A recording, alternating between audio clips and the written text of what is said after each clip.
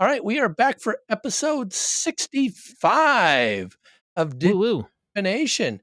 Yeah, it's the numbers slowly going up. That's right. Yeah. So, Jason, how was your long weekend? So we just this is the day after Labor Day weekend here in the States. Yeah, it was pretty nice. Since last we talked, actually, though, I got a big box of stuff from Renegade. So I have some Oh, hardcover books and some dice bags and dice for G.I. Joe and Power Rangers and stuff. Obviously, we don't have any of the Transformers physical stuff in yet, but I think I'll get those as ASAP. That's just now I've got another. Now I have to start a new shelf of stuff I will get on a regular basis. nice. Yeah, Yeah. some nice swag. You do hmm any fun stuff over the weekend? Fun stuff over the weekend. I got my hair cut. I got Cool. the bivalent booster shot for COVID, and as a reward, I went to Burger King for myself. Nice. Yeah, so Nice. it Very was nice. nice. So yeah, it's just sort of real relaxing. Nothing. How about you? Well, I'm glad you told me about the bivariant booster shot. I actually sent a message out to my transplant Hmm. team to ask if I should get that one now because I've been kind of waiting. Yeah, I've yeah, actually had 2 boosters already, and this would be my great, 3rd because my immunocompromised state, but I haven't heard back. We went up to Camano Island. We have a place up there and hung out nice. Friday through Monday, and the weather was nice. It was just kind of hmm we didn't do anything real work. Just kind of chilled. Saturday was the kickoff for college football. I'm a big football fan, so I Oh, watched good. football all day. I smoked a flank steak and a chicken, and we ate. And my daughter and her boyfriend came to visit for the day, and just Mhm. kind of Labor It Day yeah, hangout, not it do was a real anything. relaxing weekend. Yeah, I had a 4-day weekend actually, so nice and long. nice, nice. Yeah. But yesterday, so this is one thing I had to do on Labor Day. So, the person that was in that seat before, Ron Lundeen, scheduled Sure. a game on Monday night, and Oh so boy. we were playing through Abomination Vaults um, over at Ron's house. So it's the 5e version now because he's gone Oh, over to that other place. Now he switched it all over. Made you all remake your characters? everything. So I was running a Wow. champion and redemption champion, and now I got to run a paladin. It's like, but it's not quite the It's not the same. same. Yeah. That's it's not like you can't play a different game when you work over Right. there on that coastal tower. I'm not gonna say let's never say the name. No, let's just Yeah, talk that would around be it. funny. Yeah. Well, Yeah. it was more like he was there. We actually said, "Hey, you just finished developing this thing for 5e." Mhm. He developed the Abomination Vaults for 5e. Why don't we go and give it a shot? We were happy Oh, to fair do it enough. as a crew, and Yeah. since he's over there and he kind of needed to learn the system now that he's writing for it. Yeah, I mean, that is fair. he knows it, but Sure, we yeah. thought it would be kind of fun. But so More hands-on experience with it, yeah, basically, yeah, yeah. Yeah. yeah, like anything else. I mean, we're still like after we're done recording here, we're still playing Starfinder. We have our Intrepid Heroes Sure, podcast yeah. that we're recording, and we're like Yeah, yeah, yeah. level 16 or 17 now, going through Devastation arc. So it's not like he's like Mhm. tossing it all aside or anything. Yes, that's fair. That's Yeah. fair. But like you, I mean, I imagine you're going to start playing some of this Renegade stuff, right? I gotta start, yeah, thinking about running it and playing it. And it takes me sometimes a little bit to spool up to games because I'm already in a fair number of Right, games and right, right, campaigns. And right. once those sort of come to a natural conclusion, I might be like, well, what do we think about trying out, Transformers for a couple sessions or something? So yeah. Mhm. Well, there's been some discussion around No Direction on the network that maybe we ought to have an actual play from the Essence Oh, system. So I yeah, haven't yeah. seen that on the It's been server. super secret discussions, and I know I just divulged Oh. it, but that's okay because you'd probably be the person that would have to run it. So they'd have to talk Yeah, to well, I you mean, I eventually. wouldn't say no. I wouldn't say no. Yes. But let's swing back to Starfinder because this is a Starfinder-based Wait, podcast. what? Oh, you It took me by it it surprise there. is. No. Yeah, you were the senior developer for Starfinder, so you should be aware of a little bit about that stuff, right? I know a little bit about it, yeah. I'm Yeah, still yeah. writing it, to be honest. That's something else I did this weekend was work on some Starfinder freelance. Got in some word count. That's good. That's Got good. in some word count, exactly. Well, I was thinking, last time we talked about tips and tricks for getting started with Starfinder, Hmm. and I don't know how this is going to work, but I was thinking what we could each do is go through the process that we take when we're making a new character for Starfinder, just to kind of give an Hmm. example to people to see how that might work out. What do you think about that? Sure, yeah, yeah. Let's do it. Yeah. Now, do you have a kind of a clearly defined process how you do things, or are you just kind of No, I don't really have a click. Just kind of go okay? at like anytime I make a character for any system, I Yeah, think a little bit about the system itself is obviously maybe yeah, points me in a direction. I see something that I like, or if the campaign is like, oh well, we're all playing, outlaws or whatever. I'll think yeah, a little bit in that way. For Starfinder, a lot of times I will. So a lot of times I haven't made a ton of characters to play in Starfinder, to be perfectly honest. But when I think about characters I would like to play, I do kind of gravitate towards fun species of things that I've seen around and be like, nice. ooh, that would be fun to just be, a Mhm, walking amoeba or something like that. And then I kind of go from there. mhm. Yeah, Yeah. yeah. One of the things I do is I have a couple different starting points, and I'll Hmm. just kind of mention these, and then maybe we could jump into stuff. So one of them is if I want to play a particular species, like just as you're Hmm. saying, I'll say, oh, I want to. I just got this really cool SRO boon in society play. It's kind of a rare thing, so I want to make an SRO. So I'll kind of build something around that. Um, I'll have a group that has a missing spot. So I say, okay, I Hmm. need to do a type of character. They need a caster. They need a support character. They need a tech character. They need a frontliner, whatever it is. Hmm. Or I'll have a name. I'll have Oh, a start with a name name. from something that, oh, I really want to make this a character with this name. It could be similar to the character in the movie Hmm. or whatever thing I'm basing the name around. I have some kind of different things we can talk about that, but I'll do something based around that because for the most part, with the naming thing, I'm just trying to make something I think will be fun to play. It's like Sure. Yeah. Yeah. whatever. So those are kind of my basic ways. You want me to kind of go through how I would build a character? Yeah. Start. Okay. Start us up. So one of the things I have to say is that this has changed a little bit since the pandemic because I used to start just with a Starfinder fillable PDF, right? Mm. So a character sheet, and so you Hmm. can actually Google Starfinder fillable PDF and get one, and that's how I did it. I got one. I actually just copy that one all the time, right? Yeah. Um, but once we started going online, I started just building them right into Roll20, right? Hmm. So I have a lot of characters. I Yeah. never made a character sheet. I just built it in Roll20. And then the final way is now a lot of folks I know are playing Foundry, so I would just build one in Foundry. But Yeah. the basic mechanics are kind of the same. It's just how you how you fill things out. Now the reason why I like each of these, including the Starfinder fillable character sheet, is it does some calculations for you, Yeah. right? That's In very terms handy. of yeah, if you uh, put in armor in the armor section, it automatically takes that base armor EAC KAC, adds whatever Yeah. dex modifier, in plants in your armor class, stuff like Right. that. So Yeah. a lot of that stuff, even on the fillable PDFs, automatically gets filled out. First thing is, so I Great. start it with that whatever kind of platform I have, and then the next thing is I got to figure out what's the basis for this particular character. And let me just start with like my 701 for society play. I wanted to make Okay. a soldier. Okay, so that's kind of the starting point.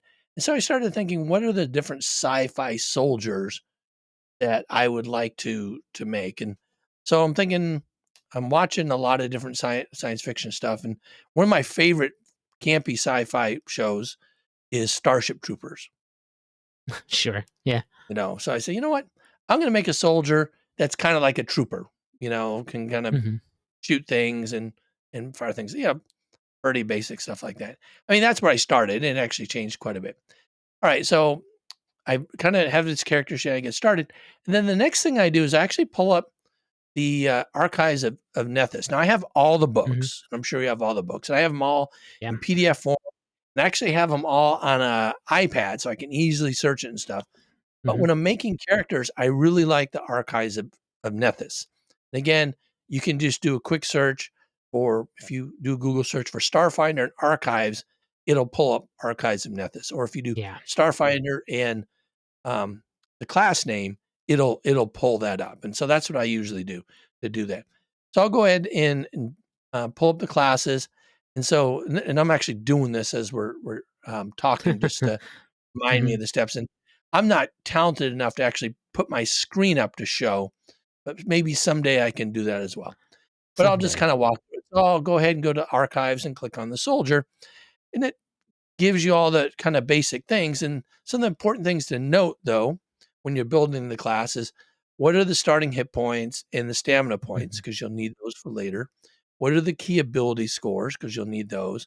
Then how many skill points you get per level, and what the basic class skills are.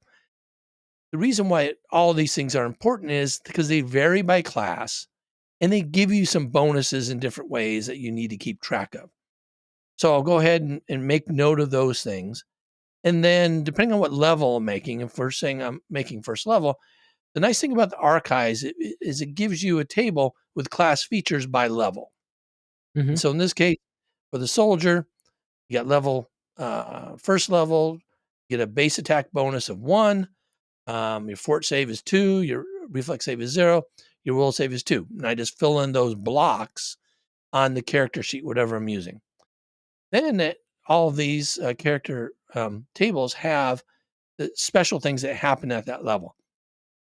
So Right. for the soldier, there's a primary fighting style you have to check, and a primary fighting technique. The nice thing about the archives is you can like click through these things, Hmm. right? Or scroll down, either way, and you can see what each of these things means. And so in this case, like, so the for a soldier, you can pick a primary fighting style. And under the soldiers listing on the archives, you can click on fighting styles and see all the different fighting styles: ambusher, arcane assailant, archer, armor storm. They're all alphabetical. Right. Um, What is also great about Archives of Nethys is that it collates everything from all the different sources.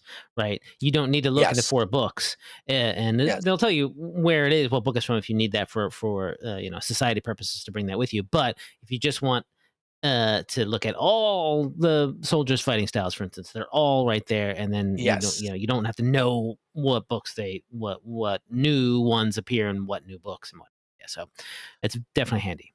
Yeah, 100%. And that's, I should have mentioned that. That's actually the reason why I like archives, is because oftentimes new things come out in additional books. Also, they come Hmm. out in APs, Yeah. Oh, right? yeah. And it's like, even if you got all the books and you're reading through the books, there may be You might something not new have it. in an AP. Like I wrote something in oh, Risings of the Vast. In one of the books, I wrote new class features for mystics.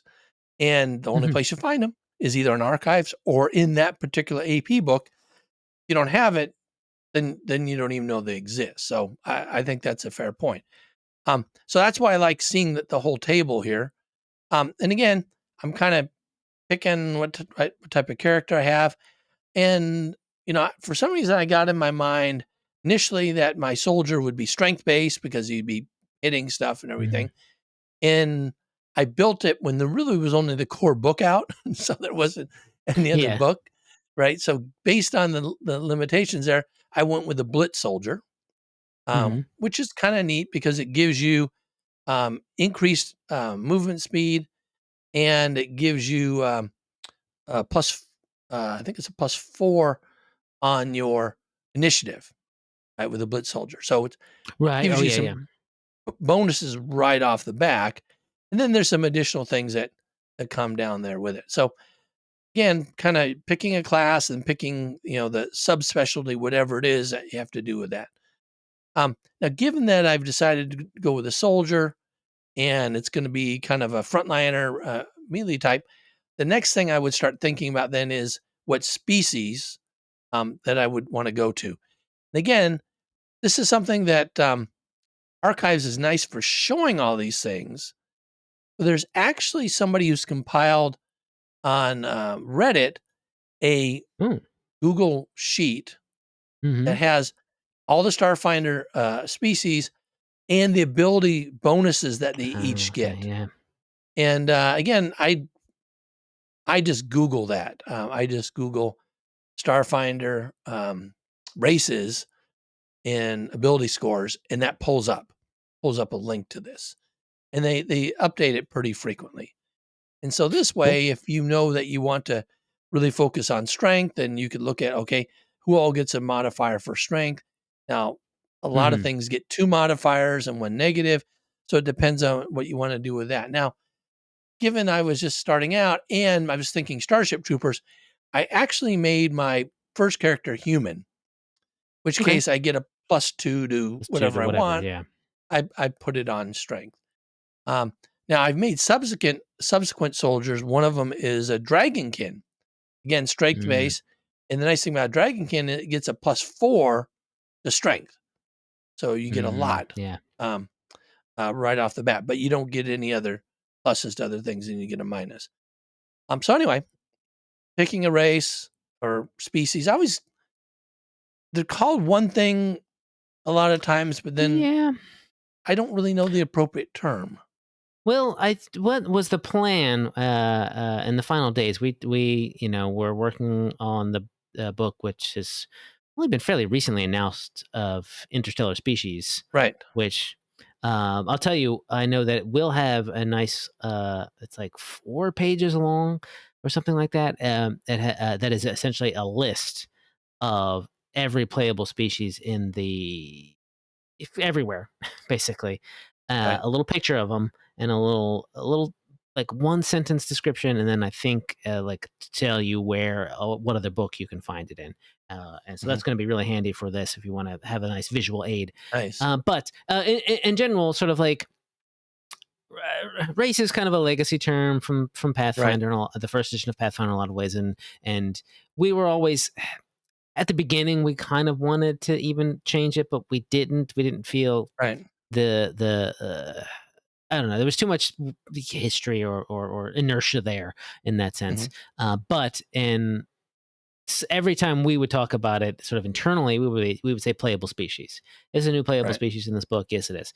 And we may even say that in like marketing terms or whatever. But then it would be called racial traits, right? Right. In the Right. sidebar, right? Um, and you get racial bonuses, right, to certain skills or what have you. So with interstellar species, well, I went like, let's all just start saying species from here on Yeah. out. That's what they are. That's good. It's Pathfinder 2 has already gone to ancestry Right. to replace the word race, and that was a positive change, and we wanted to have a similar positive change. So I would say from now, and then I think in interstellar species, there's a sidebar that says it's you'll from now on the books will say species and it'll say +2 species bonus to athletics or whatever. Um, that's the word going forward. You can just sort of pretend that's what we were using the whole time. Obviously we're not Right. going to. They're not going to go back into the PDF. They're not even go back into the PDFs they're obviously not the print stuff to replace that. But we can all just sort of Right. agree to delude ourselves collectively in saying, oh yes, we always said species, and that's what it always will be from now on. Okay. Yeah, somebody actually corrected me like last year on something like that. Hmm. Thinking, man, so have I been reading it wrong the whole time?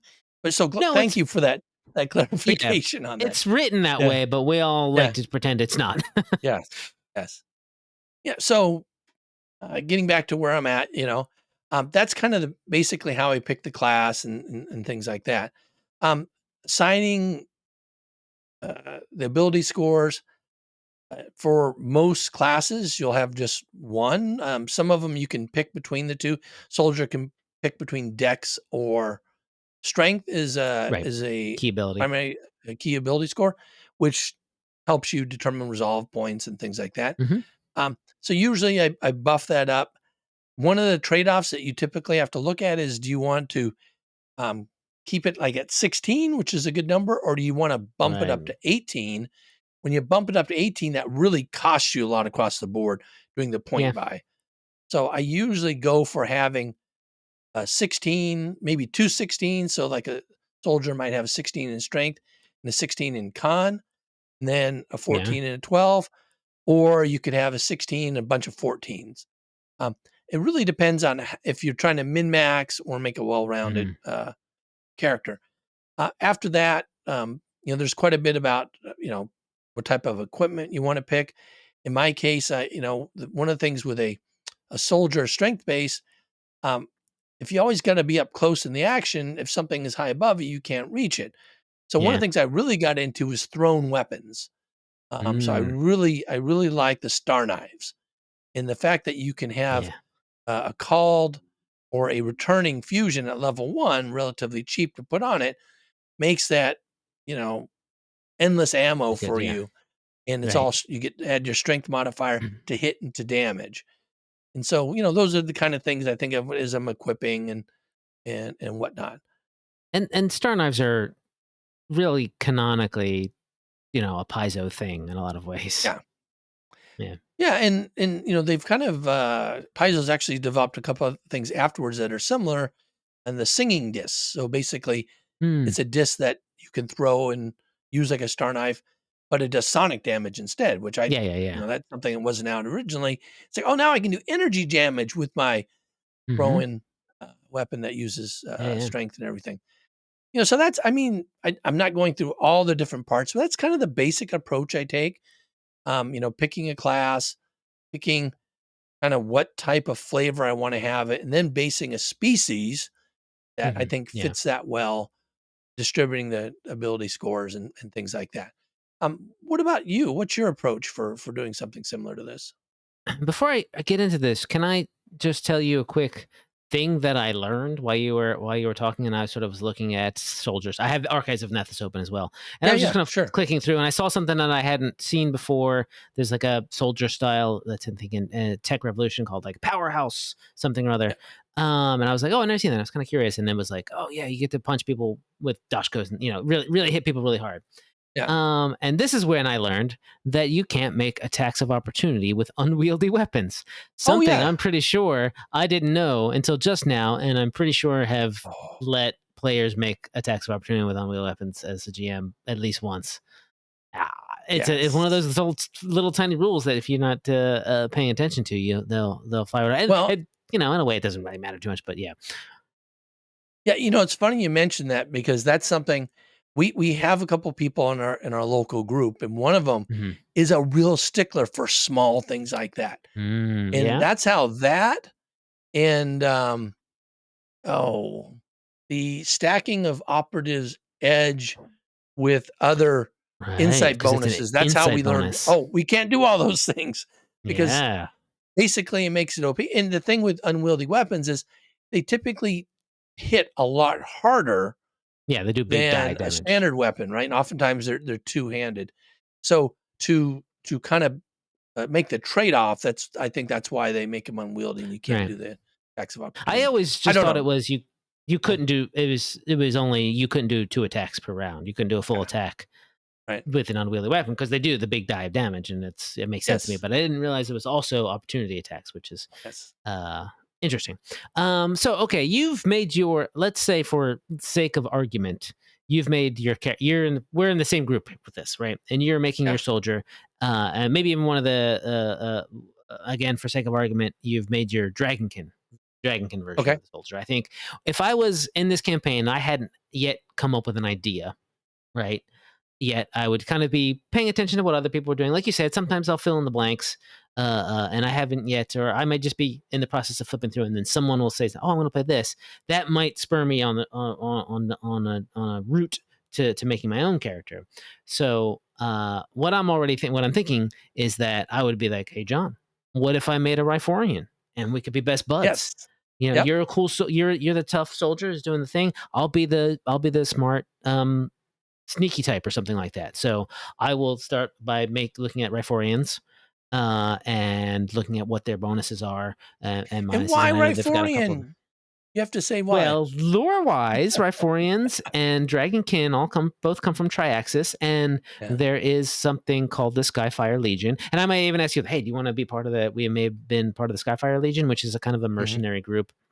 That was actually the Skyfire Legion is introduced actually in Pathfinder back in the Reign of Winter AP when that AP goes to Triaxis, which I don't, that bonkers AP, and talks about how that's sort of a group of forces where the native Traxans would be riding dragons. It was sort of Right. a take on the Dragon Riders of Pern with winter stuff mixed in there, basically. But we sort of in Starfinder took that a step further and being like, oh no, I have dragon kin. Oh, instead of them riding, they just become like sort of like bonded buds who fight Right. side by side and complement each other's stuff, and it's almost becomes like I mean, it's a relationship for sure, but it almost becomes, in some ways, it's sort of, it's often played like it could turn into a romantic relationship or but it is a sort of, it's a close relationship. It's closer than Right. you would be with some other member of your adventuring party, like in a way that like partners in the FBI or in a police force would be sort of like, oh, this is who I work with. So that's why I might pick Riforians, and I would look and sort of, I know that there's some trimorphism there a little bit, but I don't think I could actually just look this up. If that has anything to do with their stat bonuses or what have you, but Oh, I think yeah. it's just some of them get cold resistance, and some of them get heat Yes. resistance. Yes. Yeah. So they're basically all +2 con, +2 wisdom, -2 strength. So I'd be again, uh, neither con and wisdom sort of screams at me sneaky envoy or chatty type. Mhm. So doesn't really matter. I would still probably keep that in. I could go mystic. I don't know if I really want to do that. Well, I could do it. Let's just say no.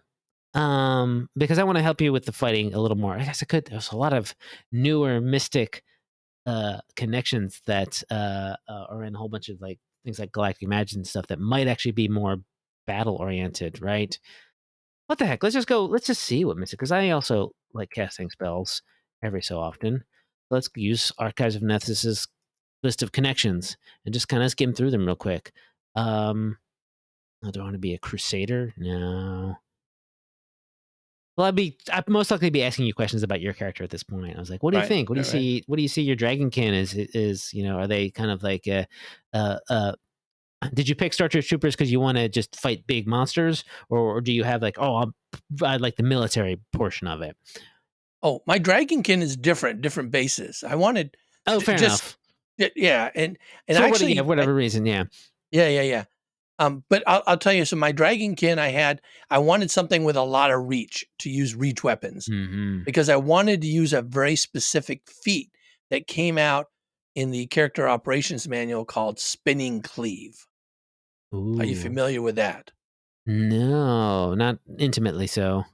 So with cleave, normally you only can hit things that are adjacent to each other. You can cleave Right. into it. Yeah. If you have spinning cleave, you only have to be within your reach and you can Hmm. cleave to the next one. If you have spinning great cleave, you can continue to hit things until you miss. And Hmm. if you have a 30-foot reach, Nice. I wouldn't have that one, but say you had a 15-foot Something. reach, Yeah. right? Then you're hitting a lot of stuff, threatening a lot of stuff. That's my reach dragon kit. Yeah. um. Just kind of scrolling. I mean, the impetus when you pick Mystic is just go with the healer connection and just make sure that your buddy stays alive. Um, might go with that. Might go with the medic, sort of the, some field medic background stuff, and Yeah. just be. And this is all just coming to me. I'm just sort of making this up as I go Yeah. along here. And do the kind of sarcastic, oh, just sort of thinking about MASH all of a sudden, and Yeah. go with Hawkeye's kind of like, I'm going to patch you up, but I'm also going to be snarky about it. Oh, you got yourself shot again, you dummy. Here, let me bandage you up, or let me heal you with my spells. So yeah, I think that's what I'm thinking, that I'd go with that, and then just sort of continue to build from there. Put the, like you said, do the ability score build, ability scores generation, and then start picking gear and stuff like that from there. Now you mentioned the medic. I have a question about that. Oh yeah. Um, is that something that you worked on, put together? I don't recall. There was a isn't there a couple, there's like, the battle medic. Yes, I did work So, on that one. so there's a medic. Alter. There's a battle medic theme is what Yeah. I'm No, I'm thinking of. looking That's at my the. other, and then there's a medic archetype, right? Yeah, the medic archetype. Now, there's something really interesting about That this, and I it's did recall. the second level ability. It's called Doctor, right? Mhm. Whenever you use equipment or your abilities to restore hit points to a creature, any surplus healing that is required beyond what was required to get them to maximum hit points restores as stamina points to that Mhm. creature. And so the question I have, this is something that Okay. I've seen debated, is what if a creature isn't down any hit points? Does it all straight go to stamina, or do you actually have to heal at least one hit point Oh, before it yeah, goes to I stamina? remember this question as well, and I don't remember if it ended up on the FAQ or not. Because I I've think there was a looked. small I debate haven't in that seen cube. any definitive from a Paizo person. I've seen people kind of Right. interpreting it. This is what we believe, because one of the things it says is when you use your equipment or your abilities to restore hit points, so you use them Yes. to restore. So it seems like maybe you have to restore hit points. You have to die. Yeah, I think that's was the intent. I mean, yeah. Yeah. I mean, look, here's the thing. Um, if you're down to, you don't have hit point damage, guess if you don't want to spend that resolve point.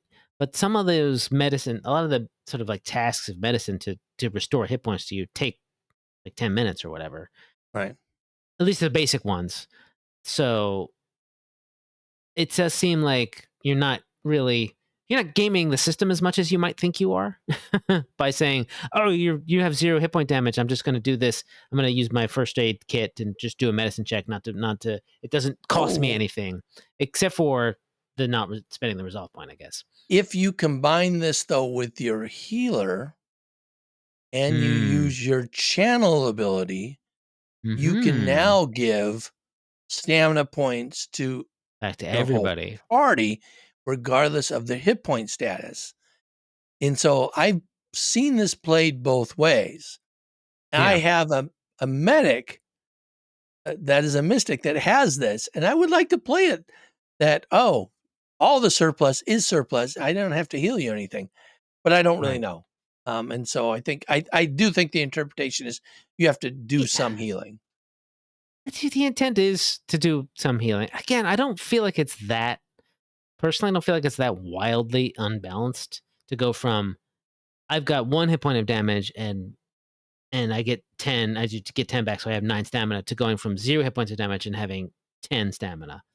Because that stamina is gonna go away so fast if you don't do other things to True. boost it back Yeah. up, right? Um, and you got to a point where if you're doing tons of healing, it's just sort of like, why don't you just get it all back by resting? I don't know. Right. But if you're in a big battle, But if so you're in a the big thing is, battle, yeah. right. So an envoy is limited to one time they Mm, can they can do inspiring boost or inspiring oration to heal everybody, right? yeah. The medic, because you're using your channel, you can do that multiple times. So it is a Well, really doesn't powerful doesn't thing. healing doesn't healing channel take 10 minutes? No, that is an in That's combat healing thing. touch. That's healing touch, Yes. I think is what I'm Yeah. thinking of Yeah. Healing channel, you can use it as various type of actions depending on the range you want to do cover. Anyway, for that's a the small nuance. You brought up the medic. I was hoping that you might have a definitive ah, answer there for me. not sure. Oh, you mean the Mystic Cure spell? Uh, Oh, hold on, wait. There are abilities. I keep forgetting that connections also have ability. They have the healing Yeah, the channel. connection. Look under the connection Okay, yeah, healer. I always thought that was. I always thought the healing channel ability of the healer mystic was an interesting insight into what Pathfinder Second Edition's heal spell would become. Right, right. It it seems like it a lot, and Oh because yeah, it's based around resolve points, you can do it an awful lot in combat, right? Every round, sure, yeah. If you want to spend those resolve points, right? And if you look yeah. at how it scales every third level. So if you're fighting the big boss at 15th level, you're doing what is this going to be 7d8 every Hmm. round to everybody. And if you have the medic and you can give stamina, anyway, I thought it was really like a really OP stuff. It was interpreted that way, and I wasn't sure. That's all. Again, I remember. I think I remember vaguely us talking about it, and I don't remember Okay, what the answer was. yeah, it wasn't a big deal. Obviously, it Yeah, wasn't something fair that you had enough. to worry about.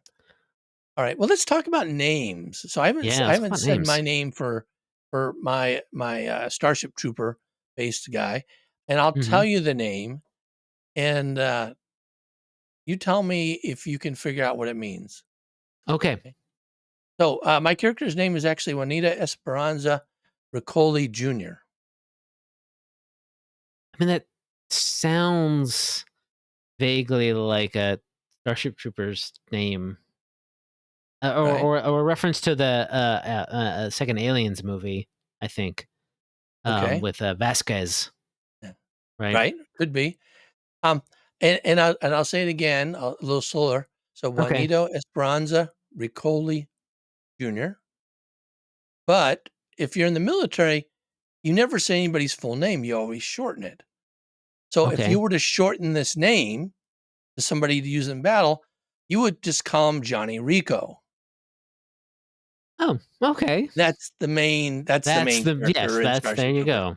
But I have Okay. this whole long name, and so if you see that, oh, you can't tell what it is. So when I name characters, I try to have some creative kind of points to other things. And I can have more Hmm. examples, but I want to hear how you name characters. I also kind of go that way. Sometimes I'll have just sort of a general idea for a name, uh, uh, uh, i.e., a bunch of letters that kind of sound like a name. If it's just like a Mhm. fantasy or sci-fi character, it doesn't need to be a real name. Sometimes I'll use inspiration from. I'm trying to remember any like other character names that I've had. Uh, uh, like I just think of the most recent character that I've made for playing is actually in a 5e game, and he's a monk, a turtle monk, named Jezek, which is spelled with a D and a J at the beginning. And I was just sort of vaguely kind of thinking of,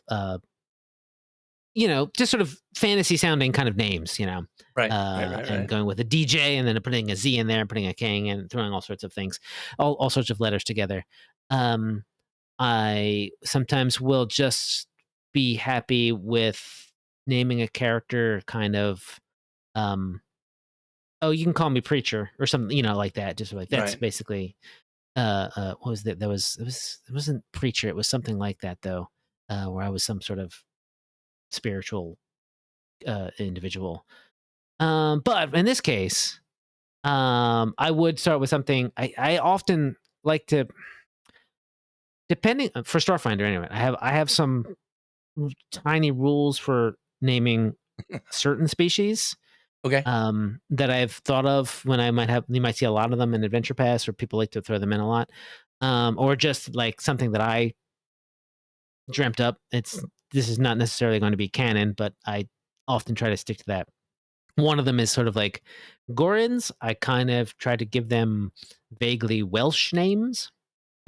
Nice. But fantasy Welsh. So what I Yeah, often would do, and I talked a little bit about this on a Discord server with some of my freelancers, just sort of like where to start yeah. with. Start at a place like that with real life names, Right. and then keep taking a couple steps. 'Cause don't stop when you've got a name, but you Oh, might yeah, look at official say writing, you what. can't use real life names. That doesn't work, Yeah, yeah. you can do that. Well, you can do the Game of Thrones thing. which is to Yeah. change one or two vowels in a name, Yeah. or just sort of, if you say Henry out loud but spell it, HINNR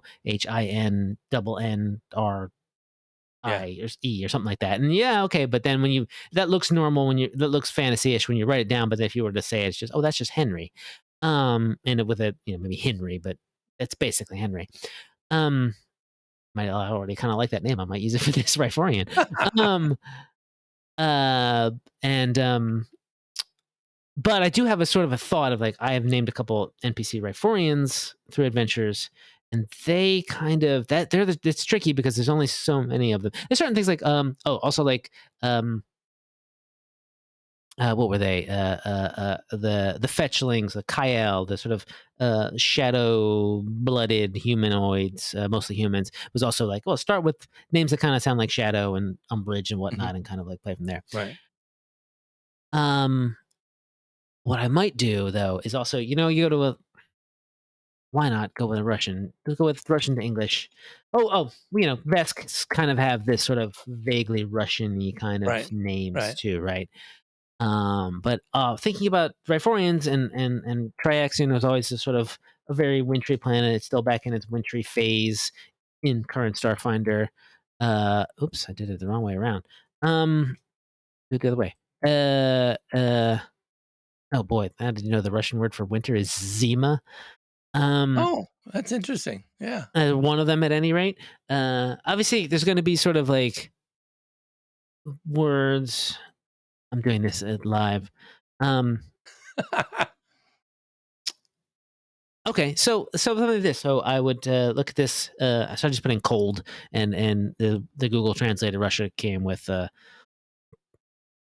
Kolodno with a K and an H. And Mhm. I'm already liking K and H together. I'll throw a K. I'll throw an H after a K all the time. Right.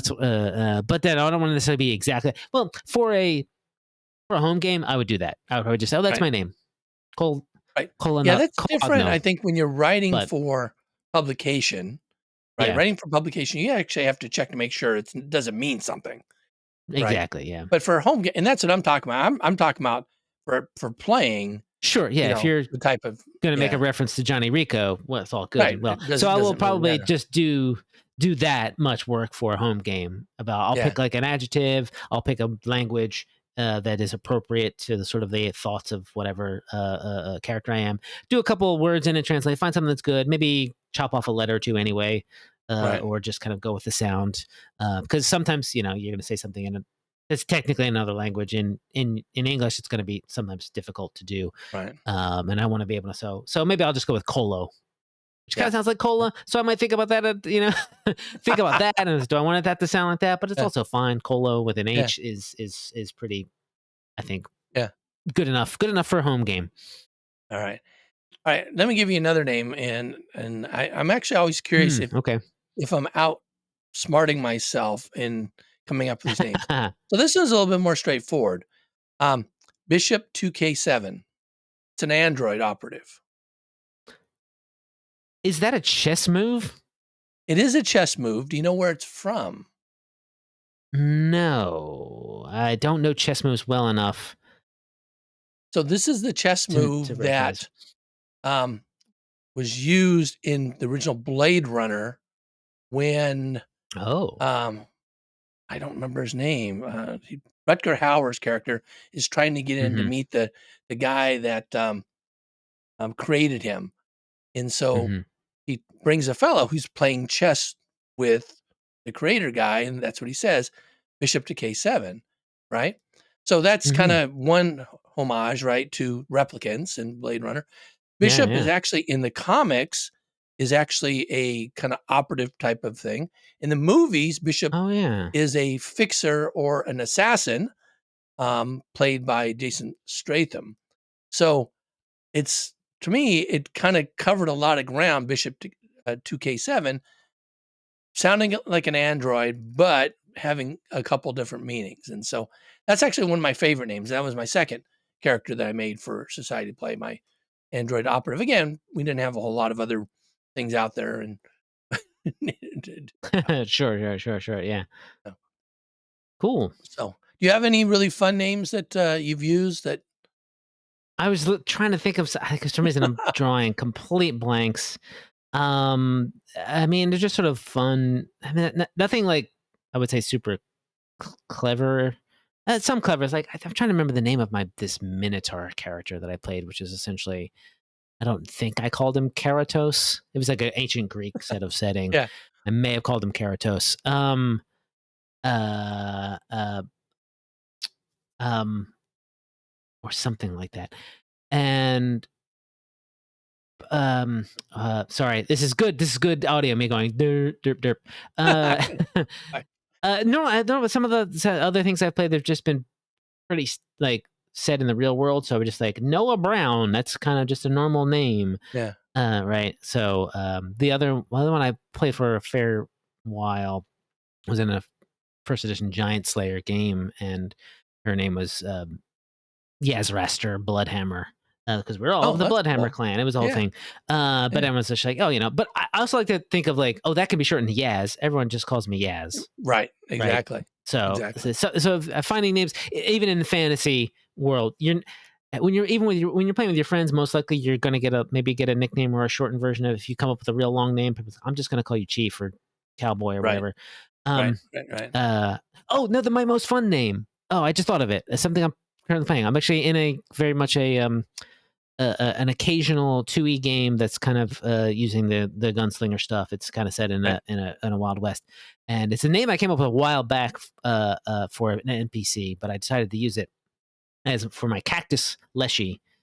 That's cool. His real name is Jesse Greenfoot, but he's an outlaw, so he likes to be called the Manticore Kid. And I'm very pleased with that because basically I was sort of pacing. I was going to be like, okay, well, he's going to throw like the original NPC was a Yeah. halfling who would throw knives, right? So this guy's just, I'll just figure out a way that I can throw my spines, or Yeah. it would end up being javelins at people. So, but Nice. all the other players just end up calling me Jesse or Yeah. the plant guy. And I'm like, oh, the Manticore Kid. Yeah. Fantasy names. I'm not really good at those. I have a dwarf though in society play, and I was trying to think of again a pop reference for my dwarf, and one of my Mm-hmm. favorite names that I've been using for dwarves is Garth. And so I Okay. had the biohacker's my dwarf, and his main thing is he doles out lots of drugs. So he's Garth Algar. I don't Mm. know if you know who Garth Algar is. That sounds. Sounds vaguely familiar. He's from Wayne's World. He's in Oh, is that? yeah. Oh, that's Garth's last name in Wayne's World, or is that a Yeah, different Algar. Garth? Garth Okay, I Algar, didn't yeah. Algar. So I thought that All was right. that's a really dwarf sounding, so I'll just use that, Yeah. and some people are like, "Oh, that sounds familiar. Where's it from?" And it's always Wayne's World. Oh, okay, because they think Oh. it's some Oh. other thing. Yeah. All Yeah. right, well, Yeah. this is a lot of, and I actually have a whole bunch more names, but I don't think we'll need to go through all of them. Sure. So We could talk about all of our characters yeah, forever. Yeah. yeah. But this has been fun. I think Hmm.